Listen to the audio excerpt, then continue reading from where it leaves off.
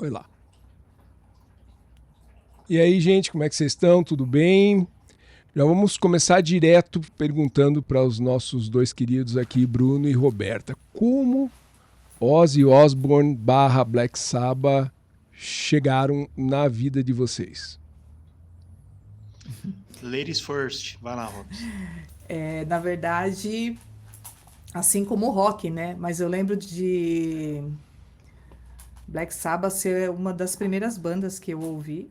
E com o meu primo, né? Meu primo gostava muito de rock e ele que me apresentou. E eu lembro que a primeira vez que eu ouvi mesmo, não foi num toca-disco nem nada, foi num salão de rock que ficava ali na Celso Garcia, chamava Paraíso. Mas era um verdadeiro inferno o lugar. Assim, tudo escuro, ninguém via a cara de ninguém. E um horror, assim. E foi lá que eu ouvi Black Sabbath pela primeira vez. Então, com toda aquela atmosfera, tudo. E assim, e eu vou confessar, a primeira vez que eu ouvi causou sei lá, cara, uma mistura de medo. O que que eu tô fazendo aqui, né? Assim, me tira desse lugar. Mas foi meio que. Acho que o lugar influenciou muito, né? Eu ter essa percepção, mas e depois ouvindo, assim, depois daquele dia eu não parei mais de ouvir também.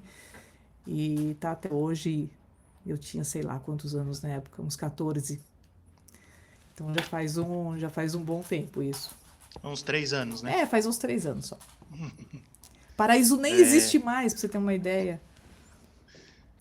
cara, assim, como muitas das minhas influências musicais no começo,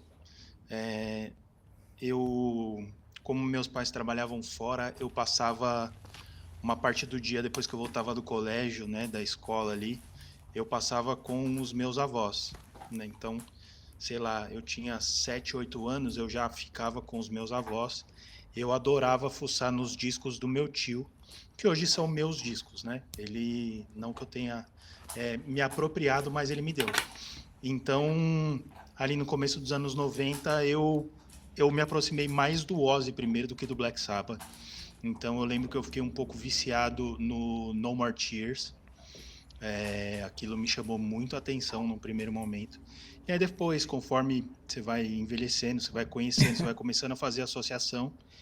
E para quem é jovem e não sabe como funcionava lá atrás, não era simples que você procurava na internet e você Não. conseguia ouvir tudo. Então, eu juntava dinheiro para comprar fitas e gravava disco nas fitas e para poder ouvir na minha casa, porque eu não podia levar os discos embora. Então, eu gravava ali várias coisas e ficava ouvindo na minha casa. Então, assim, no meu top 5 de bandas favoritas naquela época já tinha o Ozzy. E logo ali com uns 10, 11 anos eu tinha uma mania de pegar uma canetinha preta e escrever Ozzy na minha mão, como a Assim, tatuagem que boa. Bonitinho. ele fazia lá. E eu até comentei isso esses dias, no dia que ele faleceu, eu comentei aqui com o pessoal. E todo mundo riu. E a minha primeira experiência com banda, tocando com banda, era cover de Black Sabbath. Olha só. Ó, Então, a primeira banda que eu tive, assim, Você tocando começou humilde, né? com outras pessoas, Putz. então, sabe, são referências muito importantes para mim, assim, no estilo musical, do que eu gosto, do que eu aprecio, então, é muito marcante. E tu, Luciano? bom, o meu começou já com Sabá mesmo, né? Até a minha idade entrega, mas como eu tenho É porque a irmãos de gente é 6 mais velho, anos. né? É, mas o Sabá já não existia enquanto visão de Ozzy. Na verdade, acho que quando eu conheci, devia ter esses 14, 15 anos que a Roberta também mencionou. Mas eu começo ouvindo o volume 4, né? O quarto álbum deles. Eu não começo lá pela origem, pelo macabro ali, o Black Sabbath, né? E aí eu lembro que ganhei do meu irmão o volume 4, depois eu ganhei o Master, e aí acho que eu comprei um outro que eu não lembro qual que era. Que daí só mais pra frente que eu vinha comprar em CD já, tô falando tudo isso antes de vinil, né? E aí vim comprar o número 1, o Black Sabbath, já em CD. Mas teve um ponto, porque assim como o Bruno comentou, a gente era de uma época que qual que era um dos prazeres, né, que hoje a gente acaba, infelizmente, falando como velho, mas a gente não continua tendo, era sentar, pegar o vinil ou o CD e ficar ouvindo, e muitas vezes com preguiça de trocar o lado do vinil ou buscar aquela única música que você queria ouvir, você ouvia tudo. E você ficava viajando na capa do vinil, tal, às vezes era um disco ao vivo, você ficava imaginando como é que era o Ou show daquela acompanhando a banda. letra, né? Também. Verdade. E aí, o que impactou mesmo, fora a música, pra mim, foi quando eu encontrei essa fita aqui. E isso aqui é um VHS, que é uma outra coisa que não, a maioria das pessoas não Ah, vai minha lembrar. estagiária não sabe o que é isso. Não, com certeza não. Não, ela Isso nunca viu. aqui tem uns, sei lá, mais de 30 anos e eu sempre tive essa mania de manter no plastiquinho ainda. Bom, e essa aqui foi a primeira vez que eu tive contato com imagem. O Ozzy e a banda em movimento, né? Então impactou mais ainda você associar a imagem macabra que eu via do Ozzy ali sem movimento e a banda em alguns momentos ao vivo, e eu via a história deles. Então eu não trouxe os vinis aqui para gravação, mas esse aqui realmente marcou. Essa é a fita que conta os primeiros 8 anos de banda, né? Que é a primeira parte com a formação com o Ozzy, né? Antes da vinda do Dio. E aí essa questão marcou, e coincidentemente, depois de escutar há muito tempo as coisas antigas do Sabá, aí eu entro nessa mesma fase que o Bruno, né? No More Tears, que é aquela revitalização, revigorização da figura do Ozzy, né? Ele menos junkie e tal, fazendo várias parcerias naquela época, o Fade No More gravando música do Sabá, ele fazendo parceria com... Eu agora sempre confundo o nome das bandas, acho que não sei se era o Suicidal Tendencies ou Infectious Groove, que ele canta Therapy, acho que é Infectious Groove. Então ele estava ali muito num momento muito parceiro de muita gente, né? E aí eu redescubro um Ozzy diferente daquele de Sabá, né? Então a minha história com Sabá e Ozzy vão nessa linha. E pela diferença, só fazendo uma conexão, e pela diferença também com o Bruno, é que pela minha idade, por alguns amigos mais novos que já nasceram nessa visão de Ozzy, eu tinha um tanto quanto preconceito antes dessa versão do Ozzy mais atualizada ali do No More Tears, meio xiita, né? Assim como eu, idiota, não gostava não gostava, isso é Que passado, loucura. do Dio no Sabá, e acho o cara maravilhoso hoje. Eu não gostava só do Ozzy. Pra mim, o Ozzy era Sabá, Sabá era Ozzy, sabe? Aquela coisa assim, como é que o cara sai, como é que demitem o cara, né? Então tem uma... Pô, e você vê, que loucura, eu sempre gostei deles individualmente, assim. Quando você olha a persona e fala assim, puta, esse cara é legal, cara. Cara, eu vou ser aqui muito polêmico, mas eu gosto de Sabá, inclusive com outros vocalistas. Não, também. Sim. Eu Eu acho que também. o Tony Martin, o disco com o Tony Martin é bom pra caramba, inclusive. Uhum. E isso não é. Eu sei que a maioria das pessoas vão querer me tacar uma pedra, mas eu acho muito bom. Mas a gente também tem que pensar que, cara, as bandas são praticamente diferentes. Se não fosse ali pelo estilo do Iommi de tocar guitarra e de compor riffs, a gente poderia, inclusive, chamar de bandas diferentes, Poderia. né? É. Porque tanto que num período de hiato aí do Black Sabbath e tudo mais, existiu a turnê Heaven and Hell, que era tipo Black Sabbath com o Dio no vocal, e porque justamente era isso, eu acho que era quase uma banda diferente, eram personalidades muito diferentes, né? Até eu já li biografia do Ozzy, li biografia do Black Sabbath, e eles eram muito antagônicos, né? Enquanto um era muito porra louca, o outro era muito certinho, né? Então, aí era isso que eu ia perguntar até, né? Se mesmo com a troca de vocalista, se o Black Sabbath carregava essa essa aura assim pesada, densa, meio envolvendo o ocultismo que não sei se veio com o Ozzy se apropriou disso. E aliás, era até uma coisa que a gente estava falando aqui antes da gente começar a gravação, né? Será que foi intencional, né, essa coisa do Black Sabbath ter toda essa aura, não é nem mística, né? Acho que é pesada, densa, black mesmo, né? Meio quase satânica. Ou foi uma cagada, assim, né? Não sei o que vocês acham, né? Vocês tocam, né? Vocês são músicos. Eu não sou uma música, né? Ou uma musicista, como a gente também estava falando aqui. Mas eu tenho as minhas percepções. Mas digam lá, meninos. Pode começar, Luciano. Eu acho que é muito difícil desassociar, né? Até porque você foi quase uma década inteira de Black Sabbath construindo sua imagem em cima do Ozzy também. O Ozzy foi aquele que personificou aquilo que o Tommy conseguiu escrever nos riffs de guitarra e a mente louca também do Geezer, do baixista, que era um dos principais letristas, né? Era o principal, na minha opinião. Então acho que foi difícil manter, e até porque quando. Até é legal trazer um dado aqui já, né? A minha mente um pouco perturbada foi atrás de dados, né? E se for ver esses 8 primeiros anos de Black Sabbath, as estatísticas são engraçadas, são curiosas, na verdade, né? Que de todas as músicas desses 8 primeiros anos, quer ver, eu tenho a estatística aqui, apenas. Cadê? Aqui, ó. Dessa primeira fase de 69, 78, alguma coisa assim. Aliás, dos 8 primeiros álbuns, foi o tema terror e sobrenatural era apenas 35% das músicas ali, religião e diabo mais 25%, o resto falava mais de drogas, guerra, loucura, morte, né?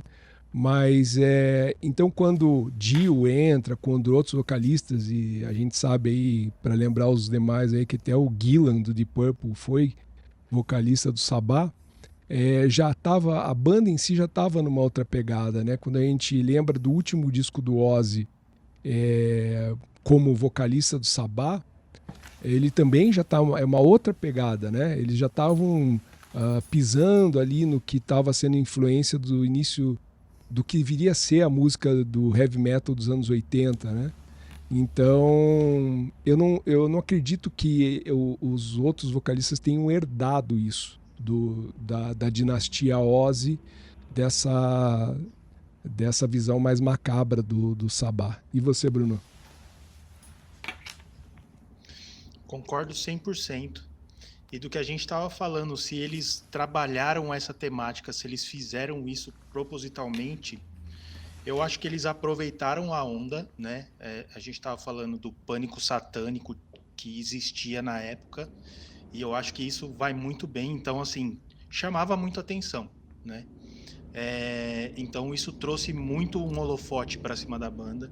Era visualmente, esteticamente, era algo muito interessante para eles. Uhum. E não era só uma questão do teatro, né? Eu acho que eles conseguiram imprimir isso, tanto sonoramente, que a gente pode falar do trítono, né? Do Diabolos em Sim. Música, que é o riff do Tony Iommi ali, que usou na primeira música, na música de abertura do disco.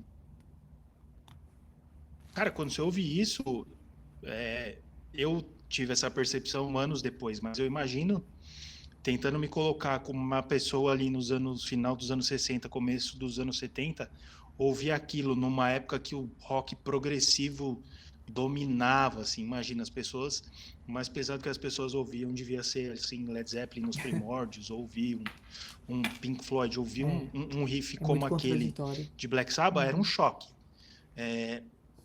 Mas tem algumas histórias bem interessantes desse começo, né?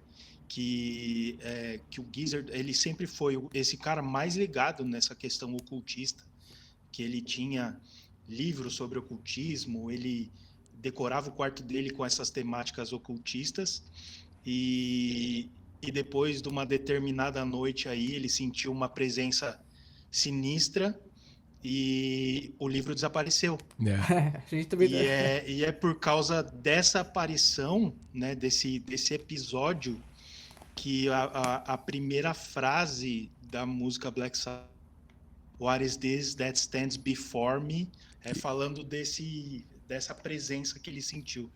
Então, cara, eu tenho certeza que eles aproveitaram disso, assim. Uhum. Eu também tenho. Eu também tenho, mas o que eu ficava pensando é se inicialmente isso foi proposital ou não, né? Mas pelo que vocês estão falando aqui, não tem como ser assim, não tem como ser na cagada. Foi uma coisa um pouco meio proposital, né? Vamos fazer a música, vamos compor a música que tenha esse tom sombrio, que seja dessa forma, né? E isso é muito louco, né? Trazendo bem o que o Bruno trouxe aqui, que era numa época que se ouvia Led Zeppelin e Pink Floyd, cara, que era uma coisa, né, era uma viagem diferente, né? E eu estava lendo até relatos aqui de pessoas que ouvem Black Sabbath, a música Black Sabbath, e elas sentem também uma presença, né? E aí entra naquela coisa do Jung também, né? Que é o coletivo, né? Quando você começa a falar que tá vendo tal coisa, a outra pessoa também tá sentindo, começa todo mundo sentir a mesma coisa, né? Pela sensação do coletivo. Não sei até que ponto, né, tem o psicológico influenciando isso, ou é só uma Tem. percepção sonora, né, com propósito mesmo. É a soma, né? Se a gente imaginar que a música, Oi, Lu. ela me ouve? Se você for imaginar, se a Ouço, gente for. ouço. Voltou? Se a gente for Aqui tá imaginar normal. Aqui também. que o Ozzy. Olha, já estou misturando as coisas. Se a gente for imaginar que a música ela também foi utilizada pelas religiões, pelos cultos, como uma forma de levar conhecimento das pessoas às suas práticas, a música tem esse poder, né? A letra tem esse poder e ali eles conseguiram concentrar tudo, criar o clima que assim, a gente transporta para a música e a música transporta para o cinema, para a imagem, o teor, né? A gente está acostumado. Quando você pega um clássico do terror como O Exorcista, que usa rugido de leão, usa barulho de enxame de abelha para causar aquele pavor, ela também te coloca naquele clima, né? Então ela preparou a música, o clima que o Tommy criou para a música, preparou para a letra vir e te colocar naquela cena, né? Primeiro que é um descritivo puro, aquilo ali poderia ser É. sei lá, a, um livro se transformando em vídeo, né? Um texto se transformando em vídeo. Tá muito um descritivo ali muito perfeito para você traduzir aquilo em imagem, né? E é curioso também pensar que o próprio Geezer, que é quem teve essa experiência, né?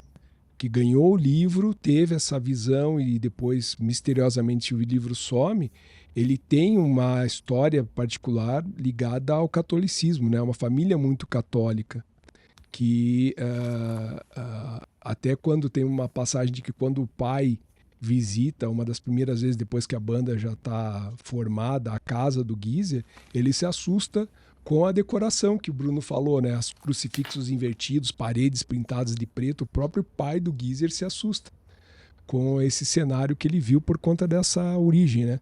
E aí a gente está falando, que é um outro ponto até para não ir muito além e já caminhar um pouco para frente, a gente está falando de um cenário, né? De uma época, de um zeitgeist muito propício. Quando questionaram o Ozzy, o Sabá, se eles vêm de uma época onde o Flower Power estava, né, pegando, como a própria Roberta falou de Led Zeppelin, que apesar de também ter letras ocultistas por conta das práticas do Jimmy Page, era uma outra realidade, né? Birmingham era uma cidade industrial que durante a guerra foi extremamente bombardeada por conta de ser um polo que se transformou para o período da guerra numa indústria bélica, né? Construíam seus tanques, armas, munição. Então ela virou um alvo. Agora você imagina essas crianças que eram então Ozzy e os demais crescendo nessa cidade com ela destruída. Que tipo de cenário eles poderiam ter melhor do que falar de horror, de guerra? Por isso que quando a Roberta fala desse composto de tudo, né? Primeiro, Tommy perde a ponta, o guitarrista perde a ponta dos dedos, uma fatalidade justamente pela característica da cidade ser uma cidade extremamente industrializada. Aí essa experiência do Geezer, a cidade sendo reconstruída naquele momento, né? Tudo propício para você falar. Não é como o Pink Floyd falando de coisas, e eu amo Pink Floyd, tá? Mas falando de coisas surreais, etéreis e tal, e estudando em universidade, e os caras sendo o Sabá, basicamente todo mundo trabalhando de operário, né? Nada mais roots do que você ser operário numa indústria basicamente metalúrgica, pós-guerra. Como é que você não vai fazer? A ponto de perder a ponta do dedo. Como é que você não vai criar o heavy metal? Não tem como, cara. Tá tudo ali na mão para você fazer isso E acontecer. como a gente não vai se projetar, né? Uhum. Exatamente. Desculpa, eu falei por cima de você. E como a gente não vai se projetar nisso, né, Bruno e Luciano? Como que a gente, né? A gente, eu tô falando a gente, mas até os jovens da época, né? Que sou velha peronomútil, iam olhar para aquilo, né? E não se projetar, não jogar as suas frustrações e todas as suas questões em cima daquele ídolo que estava fazendo um ídolo transgressor, vamos falar assim, né? Talvez fosse a forma com que essas pessoas vissem, né, esses artistas, o Ozzy, o Black Sabbath e tudo mais, que desse esse poder para eles também transformar tudo isso num grande ritual. Eu tô falando também por mim, quando ouvi, né, e quando conheci, e quando fui conhecer, eu falei, cara, isso aqui é muito do mal, né, assim, é muito... minha mãe vai odiar isso aqui, velho. Eu vou gostar disso porque minha mãe vai odiar. Meu pai vai achar um horror, né? Então eu tenho mais é que gostar de chegar em casa e ficar falando disso. E isso vai dando mais força, né? A gente tá rindo porque também tem isso, né? O jovem é uma porcaria, né? A gente, quando é adolescente, quando é jovem, é uma tranqueira. E tem a identificação musical, mas tem a coisa da transgressão, né? O que não pode fazer, né? Puta, é o que aquele cara ali tá fazendo. É. Vamos dar força para isso. A palavra da moda é disruptivo, Roberto. Ai, cara, então, mas eu sou da época da transgressão, não da disrupção, né? Nós éramos transgressores, não disruptivos, Sim. né? Não tinha Mas startups ainda na nossa época, né? Tinham fábricas Não tem metalúrgica mais hoje, né? Na nossa época Não. tinha as metalúrgicas ainda. E sobre esse cenário que o Luciano estava falando, eu já li em muitas biografias de banda. Cara, era muito triste, assim, imaginar um pós-guerra, assim, povo passando fome, situação precária, às vezes, porra, os jovens não tinham nem condições de concluir os estudos, porque eles já precisavam começar a trabalhar muito jovens. Então, é lógico que os caras iam se dedicar a vida para aquilo, sabe? E até uma coisa interessante, eu estava assistindo um documentário do Led Zeppelin dia desses, e o Led Zeppelin, ele tem, né, depois a gente pode até entrar aqui numa figura que cruza dos dois, que é o Aleister Crowley, né, que ele permeia tanto o Led Zeppelin quanto o Ozzy e tudo mais, a Cultura gente pode falar pop disso como mais um pra todo, frente. né? Sim, mas a condição dos membros do Led Zeppelin, ela era muito diferenciada. Se você for pegar o Jimmy Page, se você for pegar o John Paul Jones, o próprio Jimmy Page, assim, eu acho que o cara mais com situação um pouquinho mais complicada ali era o John Bonham, mas todo mundo ali, pô, era um cenário diferente. Era por isso que eu acho que fica muito mais perto ali do Flower Power do que um negócio, sabe? Pô, vamos tacar fogo em tudo, gente. Que isso? Eu acho que sabe, o ambiente molda muito, né? Eu acho que o ambiente ajudou a construir, fez parte disso que o Black Sabbath construiu, não tenho dúvidas disso também. Então eu acho bem importante essa contextualização geográfica que o Luciano trouxe também. Muito E, gente, já bom, meninos. embarcando, né? A gente tá trazendo todo esse contexto justamente para a gente aterrissar sobre o que é o mote do vídeo, né? Que é falar sobre o recente acontecimento aí da morte do Ozzy e fatos sobrenaturais que vieram ao longo da carreira da banda e do próprio Ozzy, permeando, né, as histórias. Na minha opinião, e aí eu quero ouvir vocês, muito por tudo isso que a Roberta suscitou de, foi proposital, não foi? Essa questão de proposital também tem aquilo, né? Quer dizer, eu tenho um propósito, né? Eles tinham um propósito, então foi proposital, né? E nesse aspecto eles propuseram algo. Mas ao mesmo tempo, e a gente que às vezes acaba aqui no canal falando sobre sobrenatural, experiências e tal, a gente sabe, né, que quanto mais próximo a gente fica desse tipo de tema, mais esses assuntos se aproximam de nós também, mais experiências a gente acaba vivenciando, né? E eu acho que acabou sendo isso, né? Aquilo que no decorrer da carreira do Sabá e do próprio Ozzy, que a gente tem aqui para relatar para quem está nos vendo, tem muito a ver com o que eles mesmos provocaram, né? Aquela intenção deles, né? Então, eles criaram esse universo, ou brincando com o que o Bruno tem dito aqui, né? Quer dizer, a palavra do momento, eles criaram esse ecossistema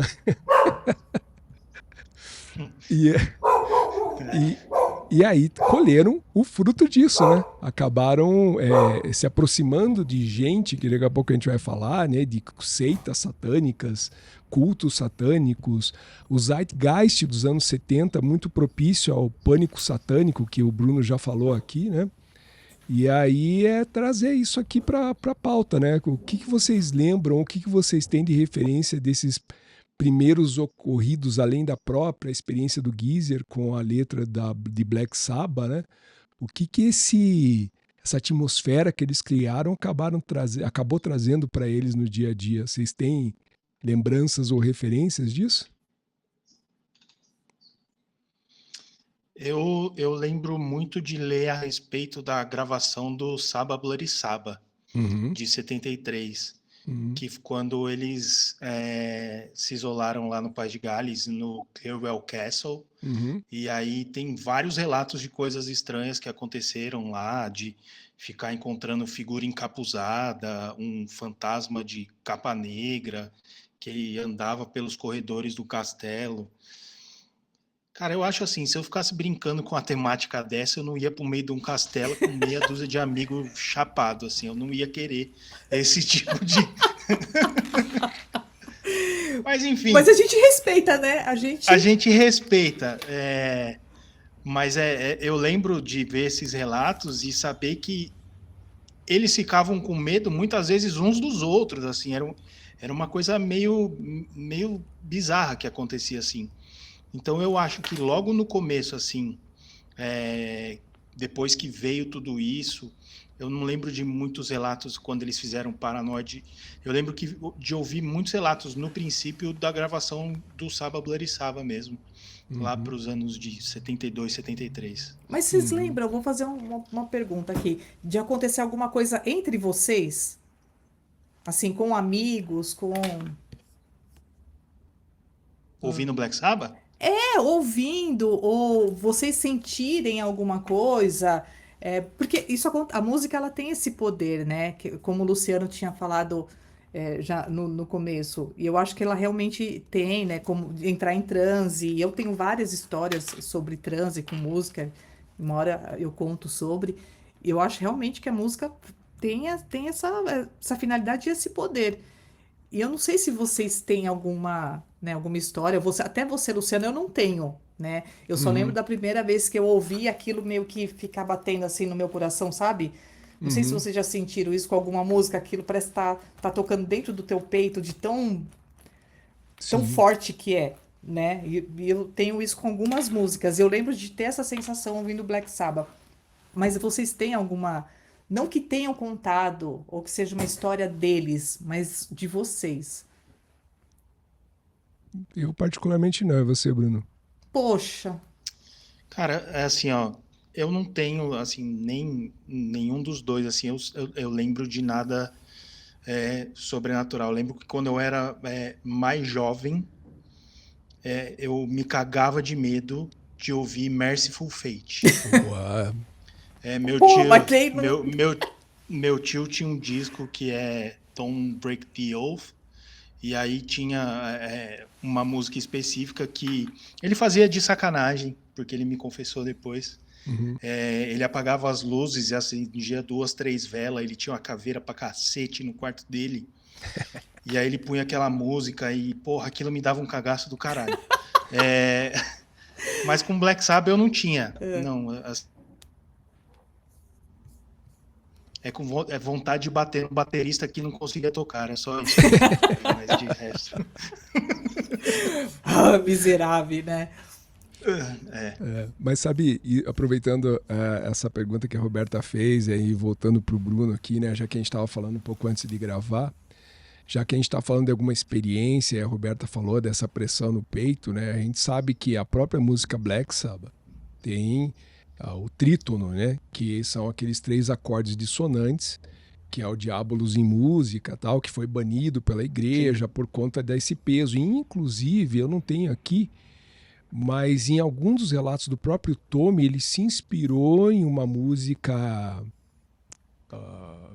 Eu nunca sei o nome dessas músicas muito antigas, assim, tipo erudita, música camerata, assim, que era baseada nessas mesmas 3 notas, né? Então, é certo que a Olha gente só. tem atenção, tanto que a igreja proibiu, né? Então, Bruno, essa sensação que a música transmite, independente da letra, é algo que acho que se aproxima mais disso que a Roberta perguntou, né? Da experiência, se a gente for falar de sabá direto, acho que é mais isso em si, da sensação de agonia que esses acordes trazem, do que uma experiência sobrenatural especificamente, né? Direta. Luciano, Puta, eu não você precisei trouxe a ouvir a palavra música. agonia. Só de você falar, eu fiquei arrepiado. Porque o que essa música transmite, cara, é um negócio absurdo, É. assim. Só de você pensar na sensação e pensar nessa progressão de acordes. Cara, isso é, Então é sabe? isso. Né? Eu acho que quando a gente está falando de sensação, é justamente isso que a gente começa a sentir quando você lembra da música. É. É. Não Imagina pode ser esse à senso toa, né? comum, né? Imagina esse senso comum, né? Quantas pessoas sentindo o mesmo, enquanto Imagina isso não essa vira coisa algo coletiva. palpável, né? Tá no ar, parece que é uma coisa, é uma entidade, a música virou uma entidade, né? Ela tem vida própria. Virou. Ela é muito emblemática, assim.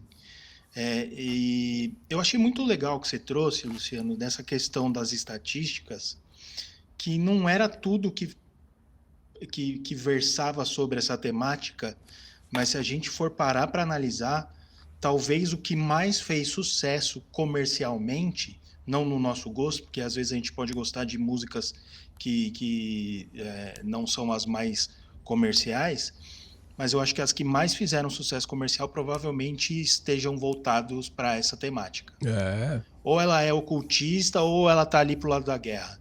Principalmente se a gente pensar que depois ali já foi entrando em guerra do Vietnã e tudo mais. Então eu acho que essas temáticas elas são muito presentes ali. Então eu achei interessante que não é o todo, mas o mais significativo eu acho que é sobre isso. E no final, mesmo que as letras não tenham seguido essa dinâmica, isso que você falou da guerra, né, entre War Pigs e tal, e mesmo que, né, em letras que falam de guerra, Melhor música do Black Sabbath. muito boa, linda, ela cita o Satã, né, o Satanás ali, né, abrindo suas Sim. asas, né, mas como uma situação figurativa do mal se impondo numa visão de guerra, né?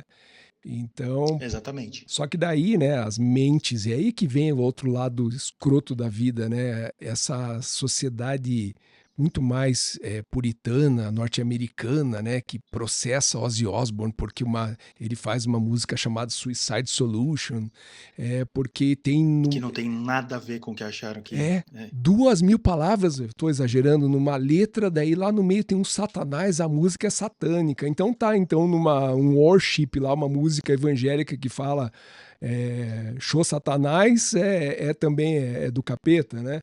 É só porque tem ali dentro? Não é. Então tem esse lado... Isso é uma coisa que a gente precisa levar em consideração, o que é a sociedade americana. Porque... Cara, eu converso aqui com a minha chefe, ela trabalhou muitos anos na MTV americana, e desculpa te interromper depois, espero que você volte aí o assunto depois. Ela trabalhou muitos anos na MTV americana, e ela pegou o auge do Beavis and Butthead. Nossa, que massa. Só que ela pegou o final. E eu não sei se você sabe qual o motivo dele ter terminado tão abruptamente. Não faço ideia. Foi por causa de um processo que os pais de um jovem que, por influência do desenho, tacou fogo na casa. Puta. Então, eles processaram a Viacom, né, que é a dona ali, o conglomerado que é dono da MTV, por conta, tipo, por influência desse desenho maligno. E, pô, cara, a gente tá falando aí, sei lá o quê, final dos anos 90 já? Por conta de É. influência de um desenho animado e tá com fogo em casa. Então, eu não sei até que ponto a gente pode levar a sociedade americana tão a sério nesse ponto. A gente tem diversos exemplos aí de que você tocou nesse assunto, o processo de Suicide Solution é uma coisa escrotíssima, né? Uhum. Não faz nenhum sentido. E aí assim, e aí eu lembro de um assunto paralelo que me parece que o Dee Snider, que é o vocalista do Twisted Sister, também depois respondeu por algum processo como esse, e tem até vídeos dele usando de uma inteligência absurda dentro do ambiente ali, Sim. do julgamento, né? Jogando na cara do quanto essa sociedade puritana, absurda, retardada, conseguia levar para o absurdo, né? Esses temas. Mas, enfim, era mais um ponto a gente levar em consideração, né? O quanto também esse outro lado aqui, de quem escreve o que quer dizer e o que essa sociedade acaba querendo entender disso, né? A gente, enquanto jovem, falando, nossa, o cara fala do capeta, pô, que legal, né? Eu tenho um amigo em particular, até de um outro colega nosso aqui que não faz mais parte do canal, do Alexandre, que um amigo nosso não é Sabá, mas é um filhote de Sabá, começou a escutar Danzig, que também é uma outra banda que fala sobre coisas meio satanistas, e disso para o mundo das drogas maiores, que era ouvir black metal e virar o satânicozinho da turma, foi um pulo. Mano. Então tem isso também. E aí só voltar um ponto disso, né? Que é assim, ainda na carreira, o como esse cenário dos anos 70, do pânico satânico e as seitas satânicas que existiam, também olharam para isso com outros olhos, né? A gente tem histórias que são aterrorizantes, mas engraçadas ao mesmo tempo, né? Ao ponto de, em um determinado show, um grupo de uma seita específica lá, invadir o palco e tentar roubar o crucifixo gigante que havia dentro do palco para O si. tanto que levaram a sério, hein? Né?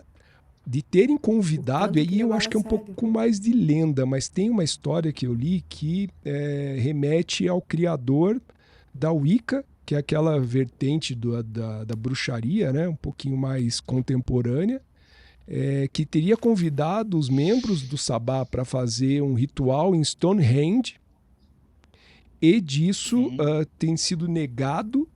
Eu até lembro, estou tentando lembrar o nome dele, mas é o criador do Wicca mesmo. Esqueci o nome dele, Alex, alguma coisa, enfim. E a banda ter recusado, e teria essa pessoa jogado uma praga na banda. E isso é que teria feito a banda começar... Alexanders. Alexanders, esse cara mesmo. Sim, sim.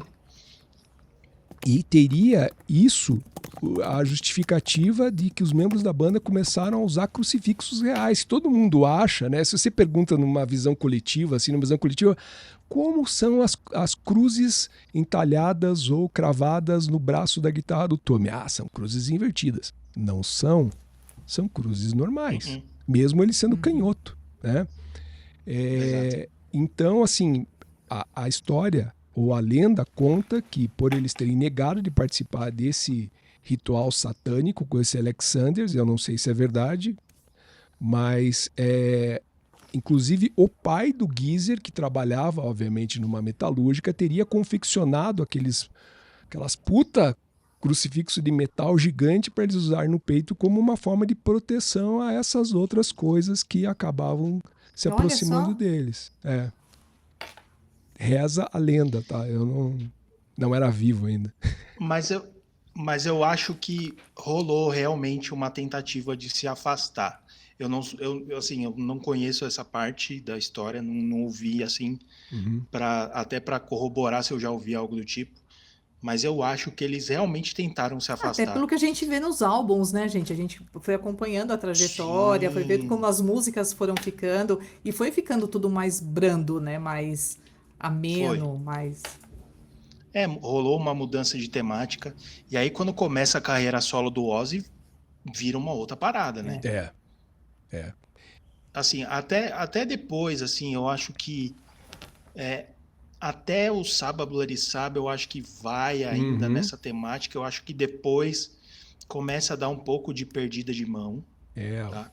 Essa é a minha opinião. concordo. Eu acho que a gente tem boas músicas, mas a temática já vai pro vinagre. É. E antes dessa saída, que é de 78, que é o Never Say Die, que você falou que acho que foi um dos primeiros que você ouviu. Cara, é um disco que eu acho muito questionável se você for apresentar o Black Na Sabbath hoje para uma história, pessoa, né? não é os primeiros discos. Assim, você fala, cara, você quer conhecer Black Sabbath? Não é, não tá nem Não entre os começa por primeiros esse, 10 que né? você vai mostrar. Não, não É, vai. Porque, assim, eu acho que a criatividade ali e o uso de drogas estava tão alto, e o próprio verdade. Ozzy confirma isso. Eu acho que o momento ali já não era dos melhores. Então, eu acho que eles tentaram realmente se afastar. E eu estava assistindo ao último show do Black Sabbath agora, de despedida do Ozzy. Uhum. E eu estava até conversando com a minha esposa e a gente acabou dando risada dessas coisas, a gente estava comentando essa questão do Crowley e tudo mais. Mas o tamanho do crucifixo que eles usam é realmente É. uma coisa muito engraçada, cara. É. Acabou, pra mim, hoje já virou um negócio meio caricato, assim. E o Tony É. Iommi com um crucifixo, porra, cara, Então, dessa lata hoje é assim no pé caricato, dele. né? Mas na época era caricato? Boa Não, acho pergunta. que não. Né? Hoje é caricato, mas na época talvez fizesse algum sentido, assim como, né, e aí faz um pouco de sentido a história que o Luciano contou, né? Que é aquela coisa da proteção e tudo mais. Não, Sei lá, né? eu acho que faz bastante sentido, né? É, É, o que o Bruno comentou desses discos já da fase de saída da demissão do Ozzy, né? O Technical Ecstasy e demais, essa nas bibliografias assim tá muito presente essa droga. Tem até um meme do Tommy que ele tá com o olho arregalado assim, que é muito dessa época, né? Ele tá muito doidão, né? O Ozzy sempre foi, mas o É, Tommy ele tava loucaço, né? E essa. E aí, já entrando na época do Ozzy, né, pra gente caminhar já mais pro final, assim, a gente tem o Ozzy na carreira solo, ele explora alguns temas, né, Bark at the Moon, algumas coisas assim, mas acho que aquela música que colocou ele numa mesma linha do que ele tinha anteriormente é um pouco do Mister Crowley, né? Os teclados, né? Aquela coisa meio de órgão, parece uma coisa de igreja, meio fantasma da ópera. É... sim. Só que aí tem uma história muito engraçada que o Zakk Wylde, que é um dos guitarristas maravilhosos que acompanharam a carreira solo do Ozzy, que ele fala que tem duas vertentes, né? Uma que fala que ele estava num quarto de hotel, o Zakk, entra o Ozzy e o Zakk havia comprado um pôster do Aleister. E o Ozzy teria olhado e perguntado pro Zakk, quem que é esse? É muito Ozzy isso, né? quem é esse cara? Muito. E a outra é que eles estavam dentro de um camarim, havia um pôster do Aleister e ele teria feito essa mesma pergunta. Independente de aonde, mas também tem essa outra figura que eu acredito muito, que de um determinado período para frente o Ozzy deve ter um ghostwriter dele ali. Eu acho que ele não tinha mais essa habilidade para escrever sobre alguns determinados temas, assim como o 13 foi um álbum que para mim eu acho que não tem uma participação ali dele efetiva como um compositor, mas não é uma crítica só por questões óbvias, né, de idade e de debilidade, mas eu acho que também haviam temas que eram muito mais explorados pelo impacto que eles tinham do que alguma coisa que realmente fosse relevante. Mais ou menos nessa linha que depois da virada do Sabá, indo já para o final da fase do Ozzy, tinham coisas que já eram exploradas muito mais pelo que elas significavam em si, sozinhas, do que para a própria banda, né? Pô, a gente tem uma aura aqui de falar de coisas sobrenaturais, vamos explorar um pouco mais isso, né? É o retroalimentação daquilo que se fazia. Não sei se vocês têm essa visão. Ó, para falar a respeito dessa questão do Ghostwriter e inclusive dessa música, é bem interessante falar, porque essa música foi no primeiro disco pós Black Sabbath, né? Então é uma formação maravilhosa de um cara que era brilhante, que era o Randy Rhoads, Maravilhoso. que morreu de uma maneira muito trágica, mas ele era brilhante. E Bruno, só vou fazer uma vírgula aqui. E dizem que ele também teria sonhado que o avião dele tinha caído. Entre as lendas que se contam dele, ele sonha e teria comentado com o Rhoads sobre isso, tá? É o que a gente encontra de informação, mas não quero te interromper, pode continuar. Mas a história da morte dele é muito bizarra, desse acidente, uma bobeira. Mas enfim, a letra de Mr. Crowley, pelo que eu sei, ela foi escrita pelo Bob Daisley, que era baixista da banda, não é do Ozzy. Ah, tá. Mas o Ozzy tinha ele tinha um livro, né? Eu acho que ele tinha tido um livro, ou ele recebeu um livro que era sobre o Crowley, e aí ele trouxe essa coisa para o estúdio ali, mas quem escreveu foi o Bob Daisley. E aí, e o que é legal, porque quando você analisa a letra, né, diferente do que tem, e aqui é uma coisa interessante para quem não sabe, Viva a Sociedade Alternativa são vários trechos da obra do Livro da Lei. Do Crowley, o Livro da Lei. Então, diferente do que a gente pode ver na obra do Raul, aqui ele tá, tipo, questionando, né? Tipo, e aí, Crowley, o que você tinha na sua cabeça, né, quando você fez isso? Tipo, você realmente fala com os mortos? Então, eu acho que rola uma má interpretação de muitas pessoas, enquanto acham que, eles estão cultuando Crowley. Não, aqui eu acho que ele vai mesmo muito mais de um outro lado. É um questionamento, tipo... E aí, bichão? E aí, ô doidão, o que você tá fazendo? Você tá falando com os mortos mesmo, cara? Então, acho muito legal essa questão dessa introdução, né? Eu acho que ela é linda, que é com teclado, que é do Don Murray, que tocou no Deep Purple depois.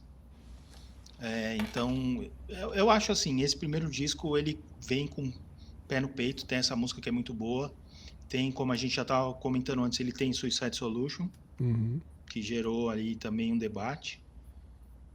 Tem uma música que tem a melhor introdução com a pior continuação, que pra mim é Crazy Train. E o clipe, então, pelo amor de Deus. Sensacional! Caralho, é uma introdução maravilhosa, depois o resto da música. Com desfecho bosta. Mas a minha informação a respeito de Mr. Crowley é isso. Realmente foi escrita por outra pessoa, e aqui desmistificando aí as pessoas que acham que era um culto, não era bem por aí, não. O que vocês sabem a respeito disso? Eu não sei nada, mas eu acho que funcionou muito bem como uma lenda urbana, cara. De verdade. Eu acho que funcionou e tem funcionado até hoje. Tudo que vai envolver Crowley, né? Tudo que envolve Crowley tem essa dinâmica pop, né? Se for ver, até Lady Gaga tem Crowley na jogada, né? Então... Não sabia? A última música que ela, pelo menos a que eu acompanhei, que acho que é Abracadabra, uma coisa assim, o nome tem uma pegada ocultista e alguma referência. Acho Puta, que referência em aí tudo, você né? pega o abracadabra que não vem nem do Crowley, vem da Cabala, né? Mas ele também estudou isso, né? A palavra Tá tudo, cadabra é, tá Mas aí tudo no você tá mesmo cobrando pacote. muito a Lady Gaga também, né, tá. Roberto? É, a gente tá Depois, sei cobrando muito a lá, Lady Gaga. eu não é o assunto aqui, mas eu respeito a mulher porque eu acho que ela só sabe aproveitar um cenário. Porque dentre aquelas que estão na mesma linha que ela, para mim ela é a melhor. Eu respeito aquela mulher. Aquela mulher, quem já Ó, ouviu ela ao vivo, assim, assim, ó, ela canta absurdo, é, assim. Uhum, é, É, de se respeitar. Se respeitar. é. mas eu acho que não dá para se exigir também um comprometimento que ele seja fidedigno à história. Não, Aí a gente é. até porque não é o papel da música pop também, né? Não, é É, por isso que a gente gosta. Outro dia eu tava falando com uma amiga minha, né? Falei assim, cara, é tão gostoso gostar de. É tão legal ser roqueiro, né? A gente falando, a gente no meio do show, aqui no Memorial da América Latina, fala, cara, é muito legal ser roqueiro, né? E gostar de heavy metal e tal, porque é uma coisa assim que ele sempre foi marginalizado, mas ele sempre tem uma reflexão social, né? E assim, obrigatoriamente o heavy metal te leva a uma reflexão social. Eu acho que é um dos poucos estilos musicais, talvez o punk também, enfim, mas é que te leva a uma reflexão social, a você fazer questionamentos e ter uma inquietação, né? e o que eu acho muito aqui, aquilo que a gente já falou, né? Se você olhar cada uma dessas bandas, se a gente for falar da Santíssima Trindade, se a gente puder resumir a três, né? Sabá, Deep Purple e Led Zeppelin, como rock mesmo, né? Eles trazem a cultura de formas diferentes, né?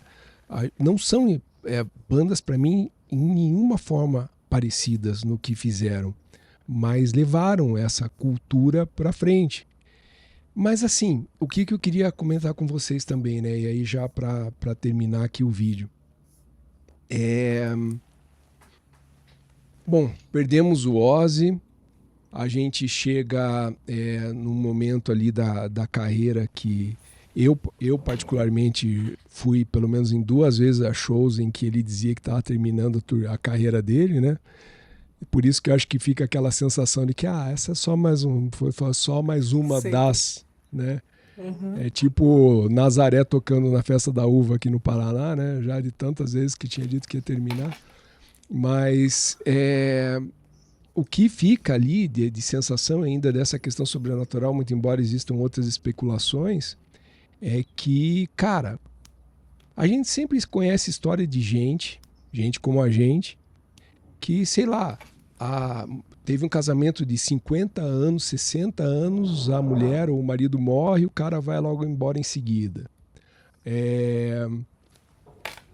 Realizou o grande intento da vida, morreu em seguida.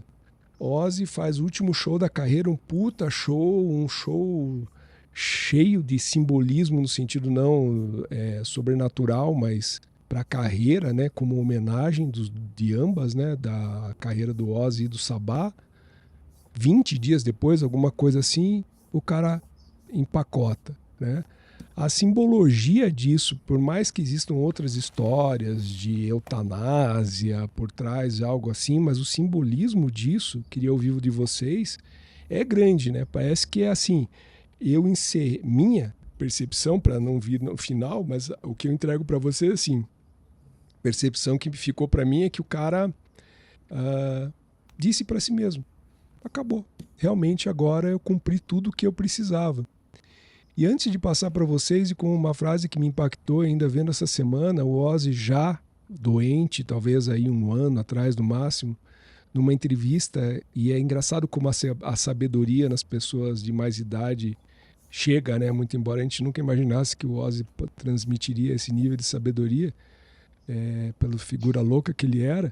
Ele fala assim, me perguntaram qual foi o melhor presente que eu já ganhei na vida, e eu demorei um tempo pensando se foi alguma joia, algum diamante. E aí eu lembrei, e eu me emociono como fã, Ele falou assim, eu lembrei que se eu não tivesse ganhado do meu pai aquele microfone, aquele PA, aquele equipamento de caixa de som, vamos chamar assim para todo mundo entender, eu não seria o Ozzy. Porra, aquilo pegou em mim de um jeito, quando eu ouço aquele velho sábio falando isso, falei, puta que pariu. E só para exemplificar o quanto parece que é assim, todo o simbolismo do término de uma carreira culminando no término da vida dele também, né? Eu acho que, assim como eu estava falando, né, que o rock, né, o heavy metal, ele sempre ele foi um espaço para marginalizados, oprimidos, malditos e tudo mais. Então, existia um sentimento de catarse, né, que é criado pelos fãs e meio que o Ozzy virou o padroeiro, assim, sabe, do padroeiro dos outsiders, sei lá. Então, meio que uma figura xamânica de uma legião de fãs. E sei lá, acho que a gente perde bastante, né? E falando desse último show, que bom, né, que deu pra ele fazer esse último show de despedida e dar tchau pra todo mundo ainda, né, de pé, sei lá. Com nível de Quantos, dignidade, né? quantos com dignidade, quantos não gostariam de ter feito isso, sabe? O cara cantando sentado com o diafragma lá comprimido, mas o cara soltando a voz. E Embaçado, chamando, né? Então, e chamando o povo, né?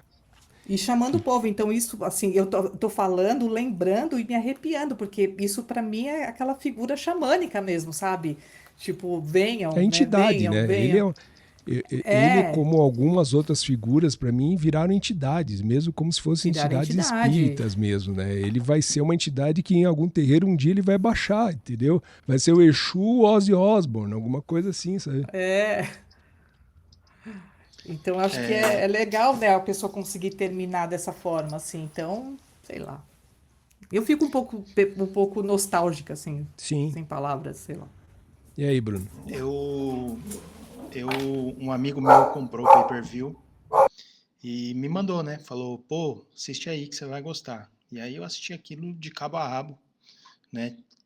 Teve muitas bandas ali que eu gosto muito, que eu assisti. Uhum. E, aliás, aqui é importante frisar que doente e com 76 anos, Ozzy deu um banho no Axl Rose. Porra! Aqui é só pra... Porra! Mas, assim, falando do que representou, cara, o brilho no olhar do Ozzy foi uma coisa espetacular. É. Você via que ele estava ali se movimentando. E você via... Cara, era meio que impressionante, assim. Eu olhava assim, eu tava vendo aquilo, eu olhava pra minha esposa e falei, cara, ele vai levantar uma hora dali.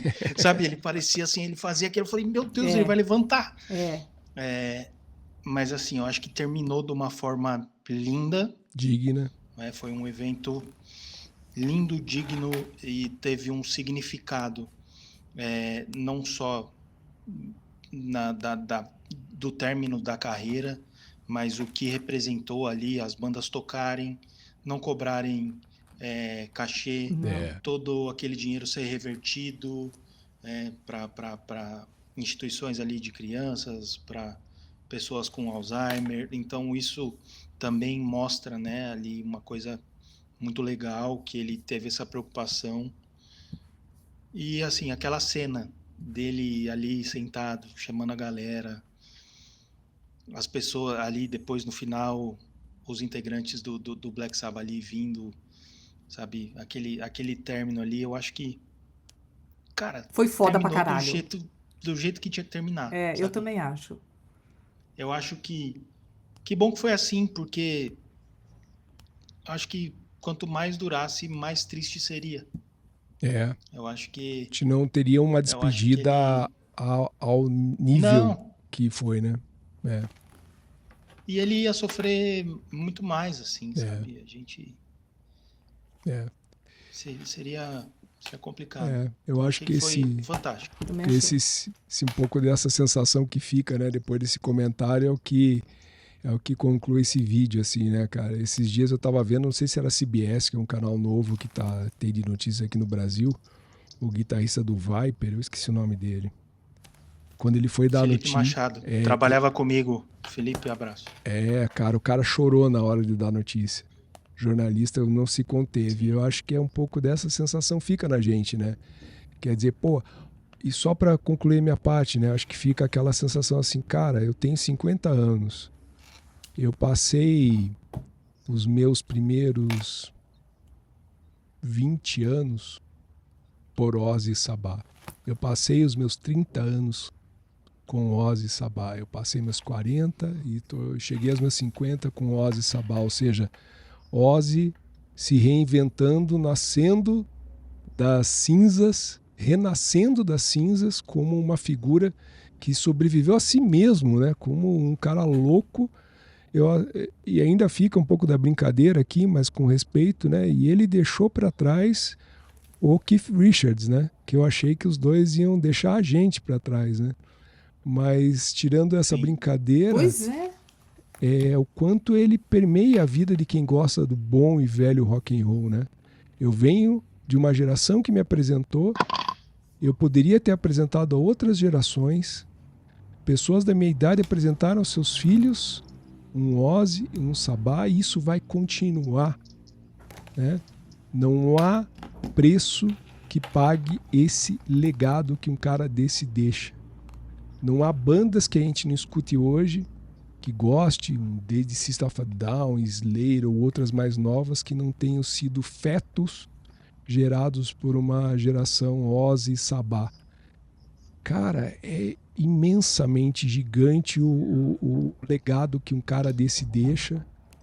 E então, para mim, fica assim, é muito pesado perder um cara como esse, pelo que ele representa. E a gente que fala de sobrenatural, não tem como não associar a ele figuras outras como Crowley, mesmo que não seja da música, Raul Seixas e todos os outros, pelo que também agrega quando a gente fala desse assunto, né?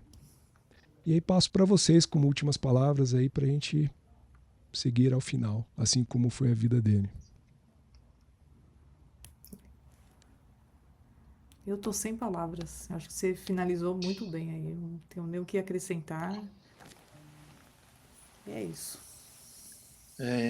Queria agradecer pelo convite mais uma vez. Você é de casa, Muito meu amigo. bom trocar essa ideia com vocês. Deixo aqui meu agradecimento ao tudo que representou na minha vida e a carreira do Ozzy, ao Black Sabbath. Porra, eu amo muito aquele velho. Me marcou demais, vai continuar me marcando. Isso, desde que ele morreu, a única coisa que eu ouvi foi Ozzy Black Sabbath. Não troquei, não tocou outra Nossa, me coisa arrepiei no meu inteira. Spotify. Então, isso não vai mudar, cara. Isso não vai mudar. A discografia tocando no loop, assim. Então, é isso. Isso vai continuar. A obra dele vai continuar, então...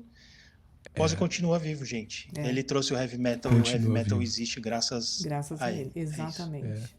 Longa vida à boa música, longa vida ao heavy metal, e que ele continue fazendo e criando caráter nas pessoas, né?